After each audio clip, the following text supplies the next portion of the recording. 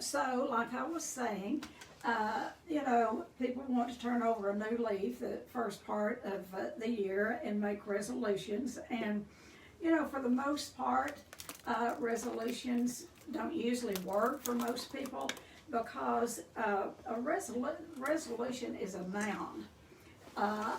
It's not an action word. And so, you know, a goal is about you have to take action. You can make all kinds of resolutions till hell freezes over and nothing changes until something changes. So I want to just kind of talk about a little bit about how to, you know, maybe prepare yourself for some goal setting. And, you know, this has been a tough year for everyone. 2020 has. And I saw somewhere, I don't know who put it on Facebook or something, about when you say 2020, it's like 2020, you know, it's 2021. I mean, so anyway, I don't remember how that went, but 2021 is going to be a winner, I hope, for all of us. You know, it has been a very tough year, and, you know, and we've survived. We're survivors. We're still here. So I want to talk about a little bit about switching our thinking about from being, you know, the doom and gloom of the last year into some creativity and some possibilities of the coming year. And I will tell you, it starts with each individual, and it starts between our two ears. It is in our brain. It's, you know, it's what we think about is what comes about. Whatever we give a lot of focus to, that's what's going to come about. And so, you know, the big book talks about what we think is how we act, and how we act becomes a habit, and then that habit becomes our character or who we are. And, you know, I've repeated this a lot on here. What we think is how we act, and that becomes a habit, and then that becomes our character or who we are. And so if we want to change our way of thinking about, you know, our finances or about the world or whatever, it's about changing our intentions. Intentionality is about intentions. So, and having abundance, it's not all about having money. Of course, that certainly helps, you know. But abundance is not about money or things. Abundance is about a state of mind. When you think in abundance, it's about, you know, you think in more than just yourself or your little circle. It is about, you know, it's being inclusive, and it's having intentions. So I want to go over some guidelines, a few things about how to maybe set some goals this year and maybe set some intentions for yourself this coming year. And, you know, these are based on more about prosperity principles. Actually, I was taking I was working at a drug alcohol treatment center in town, and I went to treatment for my eating disorder, and you know, most of you know a lot about that story, but I'm just going to shorten it to say, when I came back from treatment, you know, after treating my eating disorder, I knew that there was more to treating addictions than just, you know, treating separate addictions, like treating alcoholism or drug addiction or eating disorders or, you know, whatever. I came back with a knowing, and I believe it was absolutely God speaking to me, that an addiction is an addiction is an addiction. And until we treat every addiction and get to the core pain, what we'll do is trade off another addiction to ease the pain on the inside. And so I came back from treatment not having a lot of knowledge about what I was going to do going forward, but knowing that I couldn't keep doing what I was doing, and that was continue to work at a drug alcohol treatment center where, with the way that the food was, and I was trained by men in the field, Joe McQuaney from Little Rock, Arkansas. One of the first things he taught me in the alcoholism, drug addict field, he said, was most of your clients are going to come in malnourished, most of your alcoholics and drug addicts. So he really taught me a lot about nutrition and about how to feed an alcoholic or a drug addict in a healthy way.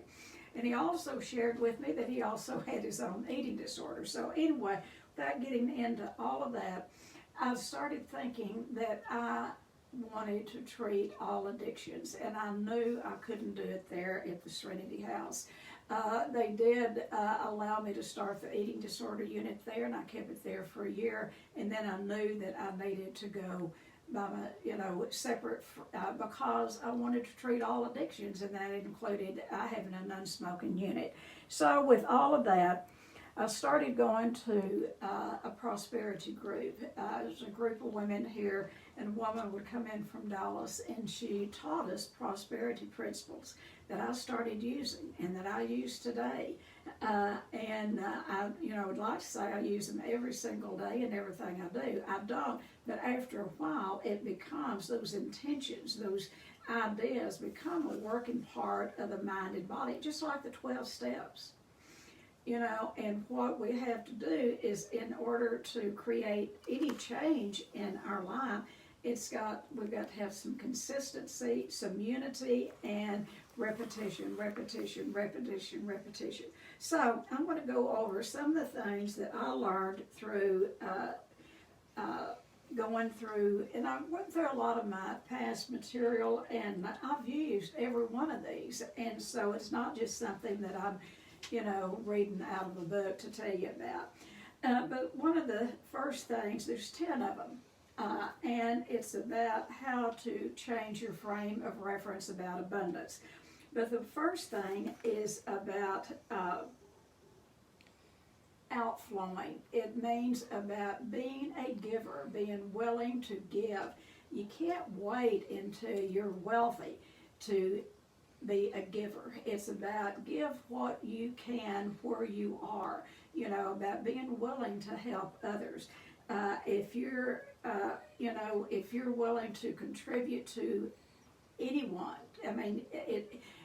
whether it's your recovery, whether it's money, whatever it is, we can't keep it if we don't give it away. So it's that outflowing of energy, and energy comes in lots of forms, and money is one of the ways. That's all money is energy. That's all it is. We make it so much more than what it is. So the outflowing, be willing to be a giver instead of just holding everything so tight. The next one is have a clearing. That's number 2, a clearing. Now, a lot of you on here have done this work. You can't live a life of possibility and going forward until you clean up the baggage of the past. You've got to get rid of that baggage of the past, because if you don't, that's going to get right in there in front of and in the middle of anything positive that you're wanting to go toward. And so that is, and so if you're carrying around any negativity, or like I said, baggage of the past, one of the things, and I'll just put a plug in for us, we do those 4-day intensives once a month, and what that is to, release the baggage of the past, and sometimes it's stuff in the present that's getting in the way of us being able to live, fully present in the center of God's will. So we have to have a clearing. That's number 2. And number 3, you've heard me talk about this word a lot, but number 3 is integrity. Keep your word. Do what you say you're going to do, say what you're going to do, and do what you're going to say. Say what you do and do what you say. Integrity. Now, we're not going to, keep our word 1,000%, but we're going to strive for that. Strive, because that's all we have is our word. And when we commit to doing something, do it. Keep your word, whether it's to your children, your family, your job, whatever. Integrity. Keeping your word to yourself. And, you know, this is where resolutions don't work a whole lot. I don't know how many times that every year I would make that huge resolution. This year I'm going to lose weight. And a lot of times I would. I'd lose 100, 120, 125, 30 pounds. I would do that, but I couldn't keep my word to myself in that I couldn't keep it up.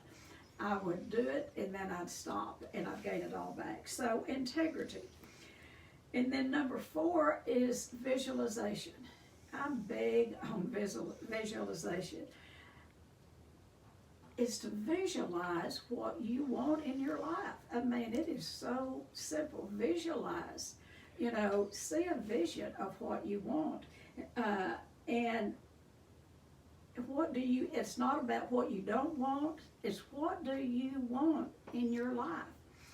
See, the universe, God wants the best for us. And when we put out our intentions and we visualize what we want, we're not going to get everything we want, but I will tell you, I will make you a promise. If you will really start visualizing what your goals and what you really want out of life, hold on to the seat of your pants because you might just get it.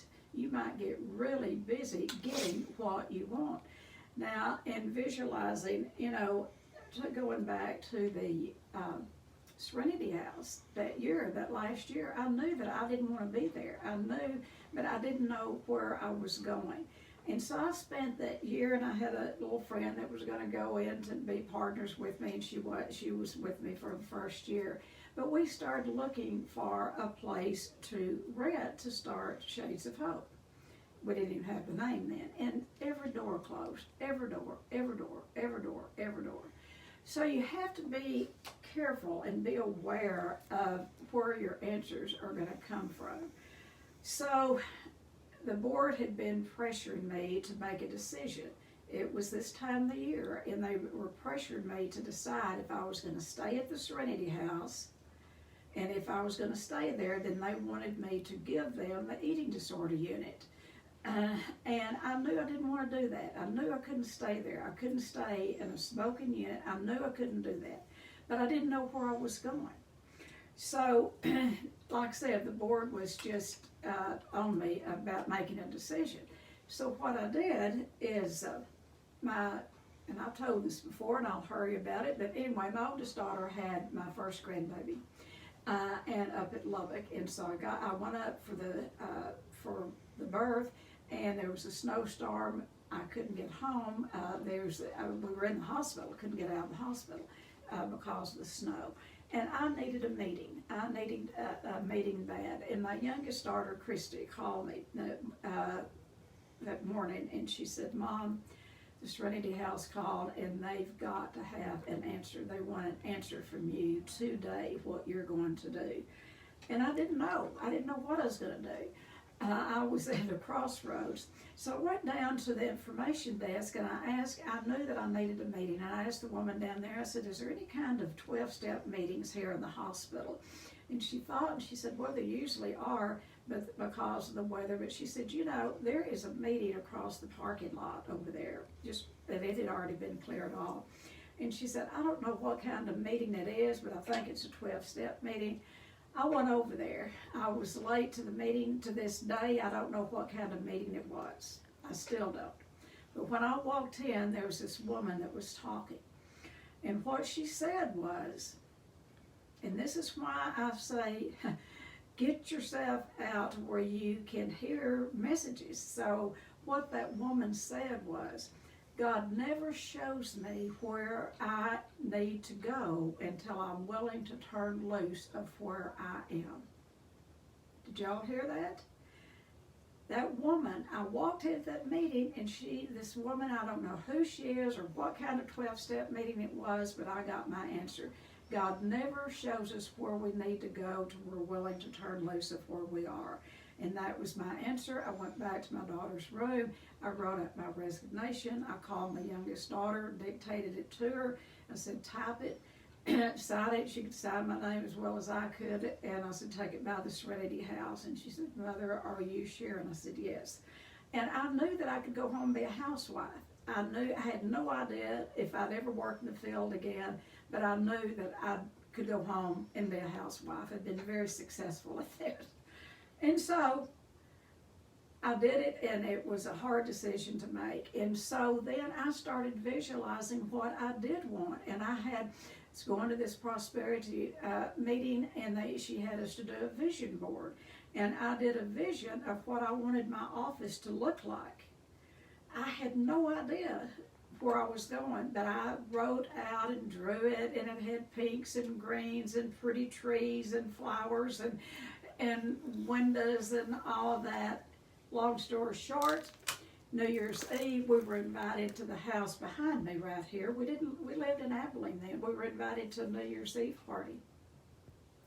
This property here at Shades of Hope has been a piece of property that has been beautiful for years. I used to go out here and walk. It had all those big shade trees. I loved that piece of property.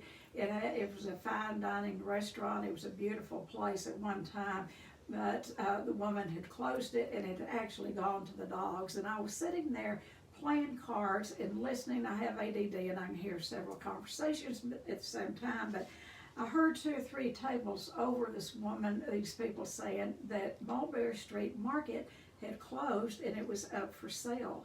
And that was the beautiful piece of property that I had always loved. I found out that woman's name.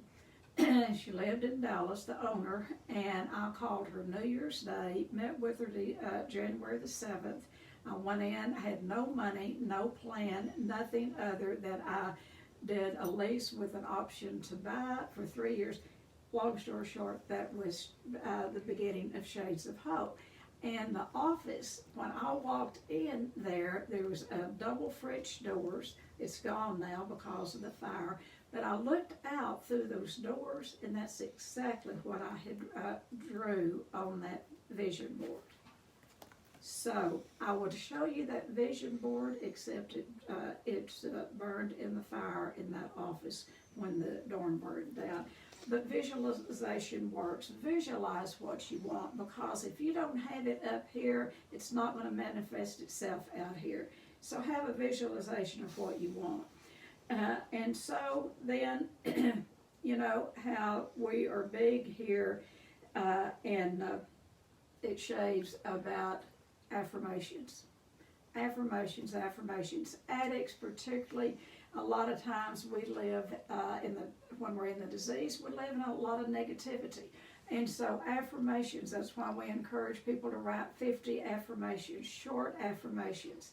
And look at the dark part of your eye 5 times a day and read those affirmations to yourself. I have a woman here, I hope she'll share later. I'm not going to tell her story because that's hers. But I gave her that assignment, and she has come up with some of the most wonderful affirmations, and they far surpass 50, and it is changing her life, and I hope she'll share with you. I'm not going to make her, but anyway, she knows who she is, and I hope that she will share. So, affirmations, affirmations, and then declare what you want. You know, make a declaration. Walt Disney said, if you can dream it, you can do it. Put action to your dreams. And so make a declaration. What do you want? You know, I'm looking there, and I've mentioned this before, and I will kind of share this about my friends, Mike and Jackie. You know, they had made a decision about selling their house, and they just didn't sit around and say, well, we're going to sell our house someday, and we're going to do this someday. They got a plan of action, and I'll tell you right now, they're sitting in their new address, which I haven't seen it, but I just hope that they do have a bedroom because I got to stay there for a wedding, and I had my own, not only a bedroom, I had my own floor. I don't expect that from y'all, but you know, a night stay would be nice. But anyway, so make a declaration of what you want, and then take the action. You know, you can declare till hell freezes over, and nothing's going to change. And so, number 7, persistence. Persistence. Don't give up. If you really have a dream, don't give it up. Dig deep down, and really ask yourself, is this a dream that you want? And is it a dream that there's a possibility for? And I'll tell you, when you start doing these things and put them out in the universe, and what that means is turning them over to God, and you work in partnership with the God of your understanding on your dreams and goals, and you take the action, you're going to be amazed at what's going to happen. You will be amazed. The big book of Alcoholics Anonymous has promises, and it says, you're going to be amazed before you're halfway through.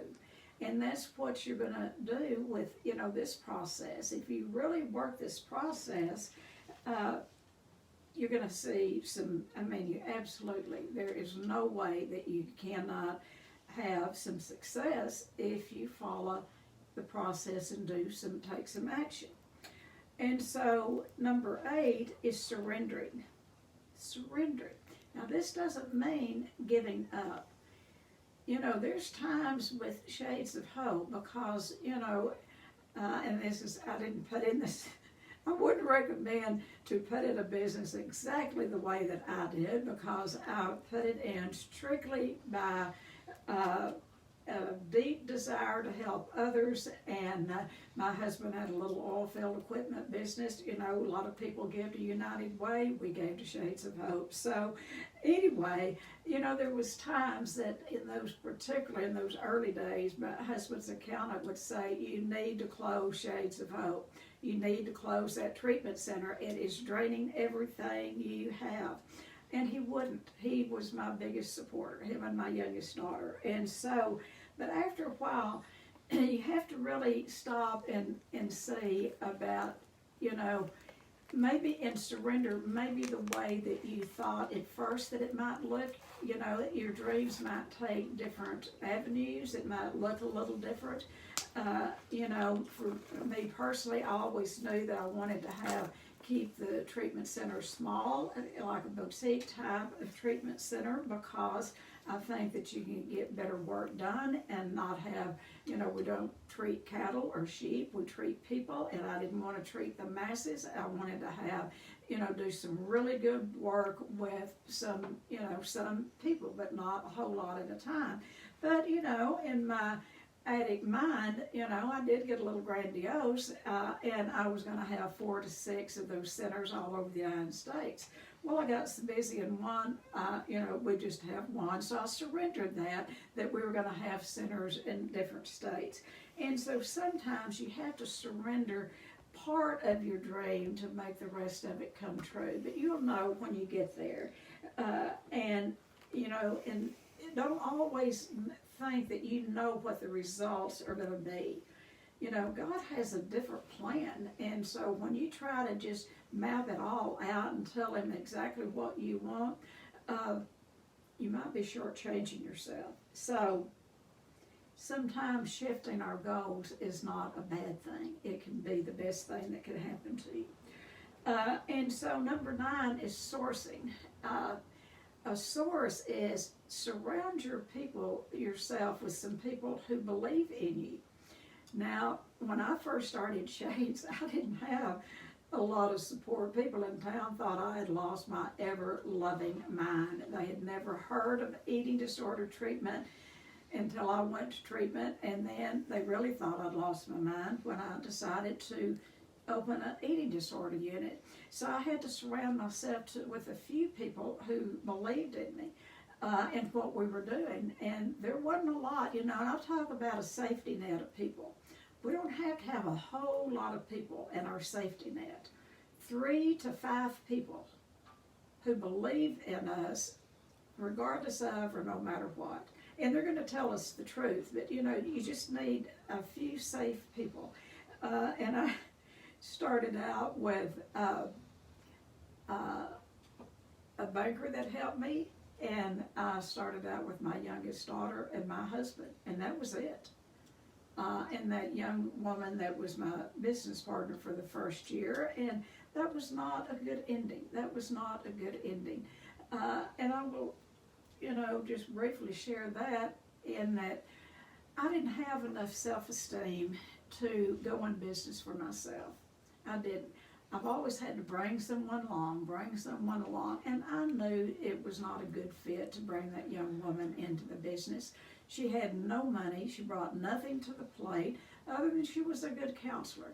And she also smoked. And I said, this is going to be a non-smoking unit. Oh, I'm going to quit smoking. Yes, I believe in it. I'll not smoke, blah, blah, blah. And she didn't for a while. And about 4 or 5 months into that first year, well, no, it was toward the end of the first year, because she was here a year. Toward the end of that first year, I walked into work one day, and I have a nose like a hunting dog when it comes to smoke. And when I opened that front door, I smelled cigarette smoke. And so I followed the smoke, and I went to Carmen's door, and I opened the door, and she was sitting in there. Not only was she smoking, but she had a client in there smoking with her. Now, that was back in my raging days, and I'm not proud of the way I handled that. But I raged, and she gathered up her stuff and left, and actually I never saw her again. And I felt a lot of guilt about the way that she left, about my anger and rage. And Carmen got cancer and literally died from nicotine abuse. And I never saw her, but she called to make amends, and she said that she had already planned to leave before I raged, and that was her ticket out of there. She knew if she smoked, I would rage, and then she could leave and blame it on me. So anyway, surround yourself with people who believe in you. And sometimes that might change, but you do have to have some trusted people that will tell you the truth and who support you. And then, so that's your sourcing. And then,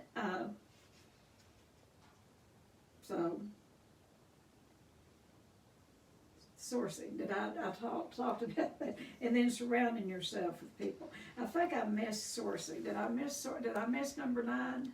I don't remember hearing that. You talked about 9. You told us about sourcing. We're on 10. All righty. So we did surrounding.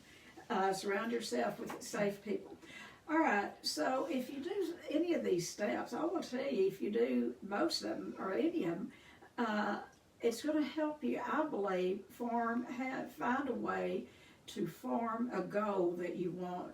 And don't just pick out any goal. Let it be something from the heart, something that you want to do. Maybe a business you want to create, maybe a relationship gone bad that you want to work on, maybe volunteer work that you want to do. Whatever you want to do, let it be with intention, some intentionality, and then focus on that. And, when you have a goal, then take action. And in the coming year, if you have a goal, have at least 3 action steps that you're going to take toward that goal. Otherwise, it'll just stay a goal. It will just continue to be, someday. But have 3 distinct actions that you're going to take. For instance, one of the things and this is about the visualization again, I had never traveled. I'd never been in an airplane until I flew to LA for treatment. And so I wanted to travel.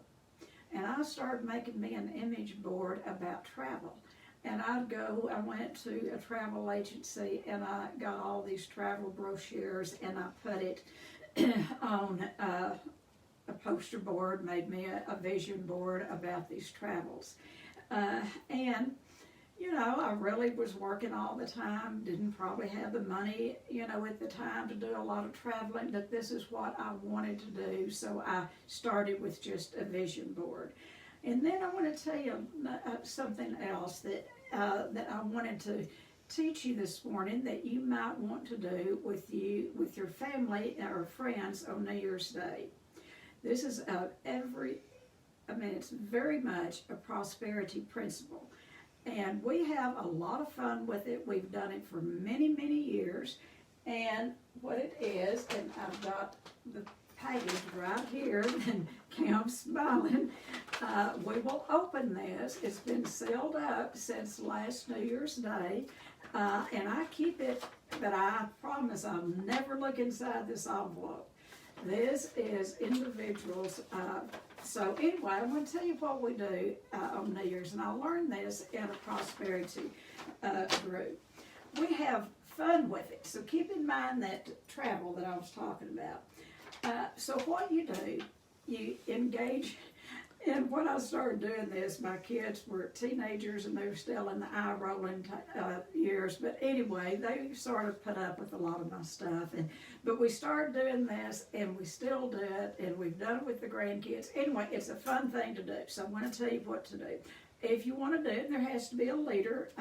So you get your family together and ask them if they would want to be, or if it's not, if you don't have family, friends, see if they would want to be engaged with you in doing this little activity on New Year's Day.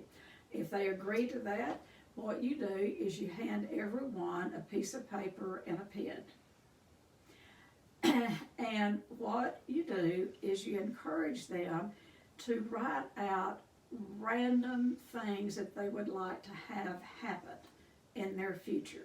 I mean, use your imagination. Some of the most wildest things that you think would never happen. You know, I mean, in this, everything comes out of our brain, out of our imagination. Everything comes out of our imagination. So this is a fun thing. You can get as wild as you want to and write out things, people that you would like to meet, places that you would like to go, you know, anything that, you know, now this is not necessarily a goal that you're going to put action with. This is a vision. This is a fun thing to do. So you write it out, and you don't show it to anybody. You write out what you might, some things that you might want to happen in your life. And then you fold it up. Now, I've always folded mine over with a $100 bill. Now, maybe if I'd put that in savings all these years, I'd probably gotten a little savings off of it. But anyway, a little bit. But I wrap mine folded up with a $100 bill. And I've always given the kids either, you know, $5, $20, whatever. You take some kind of money, a dollar, anything you want, and you just fold that piece of paper, wrap it up, that dollar with that bill, and you stick it in an envelope, you put your name on it. And then you turn it in to the person that is sort of leading this. So that's what I have in here, was last year's, all of the families' goals that they wrote down. So we'll meet New Year's Day, and we'll open these. Now, sometimes we share, sometimes we don't. Sometimes it's just a very private thing. And then you get to see what has come about. I'll give you an idea. And if you, I mean, I cannot, it's not my place to share anything about what my family has ever put down, and I don't. But I can share things that I've put down. One year, you know, when Oprah was just so popular and, you know, she was at the peak of her popularity, that was one of the things that I put down. I wanted to meet Oprah. Well, there was no way in the world that I would ever meet Oprah, a little person here in Buffalo Gap, Texas. Well, you know what, folks? 3 or 4 years later, I got to do a TV show for Oprah. Now, can you believe that? I mean, y'all have seen it, I mean, or heard of it, Addicted to Food. That was for Oprah's network. And it started with an intention. I just wrote her name on a list of things that I would like to do. I'd like to meet Oprah. And I think it was maybe 4 or 5 years later, I did a show. So, you know, the universe sometimes, it may not happen that year, but it picks up. I absolutely believe in this stuff. So another thing, and I've always been pretty political. I do not tell anyone. Very few people do I get, and there's a few of my close friends that I get into discussion about politics, but by and large, I don't.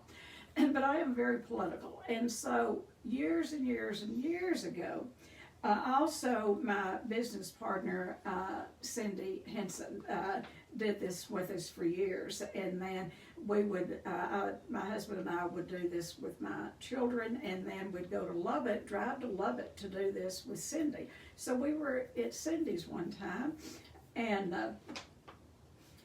somehow, I guess I told her what I wrote on my list, but anyway, I had always wanted to go to a inauguration. I just wanted to go to an inauguration. So I put that down, randomly put that down. Who would think that I'd be able to go to an inauguration? Well, guess what? Years later, I didn't go to one inauguration, I went to two. And then I was invited to about 4 or 5 balls. I had the opportunity to go with a young woman that spoke at those balls. So we got to sit at the head of the table. And I could give you the A-listers' names of all the people I got to sit next to at that head table. Who would have ever thought that? And not only that, the last one I got to go to the White House to the after inauguration party. And I believe this just because I wanted, that was an intention that I had. I put that down on that goal list, you know, and rolled it up in that $100 bill and put it in this same envelope. And I could go on and on about those things, you know. Now, I have never, and my goal has been, and Cam, I promise you, I'm going to change it. I'm going to change it. My goal for Shades of Hope has always been to help people, as many people as we can help. It's never been, you know, to make money or to do that. I want to change that this year. It is okay to make money in the treatment business. I don't know what that's going to look like, but I must change my way of thinking about that it's okay to be prosperous in the treatment business, you know. And so, like I said, Cam will be really pleased that I'm changing my thinking on that. You know, for years, we never turned away anyone. We would take anyone, whether they had money or not, and that will not keep you in business. You cannot stay in any kind of business for that.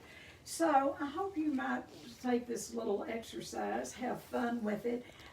One of the things that, you know, this is really kind of for yourself, but I will tell you, I fudged a little bit last year and on mine, you know, we haven't read them yet, but on mine, I wrote one of the things that, because I knew my grandson was a great football player. He had won lots and lots of recognition, and he wanted to play college ball, and so I put down on my goal list, and it'll be on here, that on my wish list, that I was hoping that my grandson could get a scholarship to go play college ball.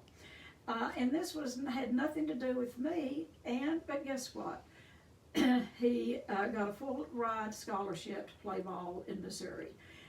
And so it's about putting the intentions out in the universe, just putting them out there and seeing what comes back to you. It's not magical, but it's magical thinking. God can and will bless any effort that we have. And we may not all get our every dream that we want, but let God know, let Him in on what your goals and your dreams are. And what I encourage you to do is dream big this coming year. Dream big. Our country can turn around if we can change everyone began to change our way of thinking about, about the world, about money, about finances. So anyway, without getting into anything political, I want to open it up to y'all to see if this is anything that you might use, if you've got anything out of it, if you'd like to ask any questions, or tell me about your own ways that you have put out intentions for the coming year and what you've gotten back. So who would like to start? Tennie, what was the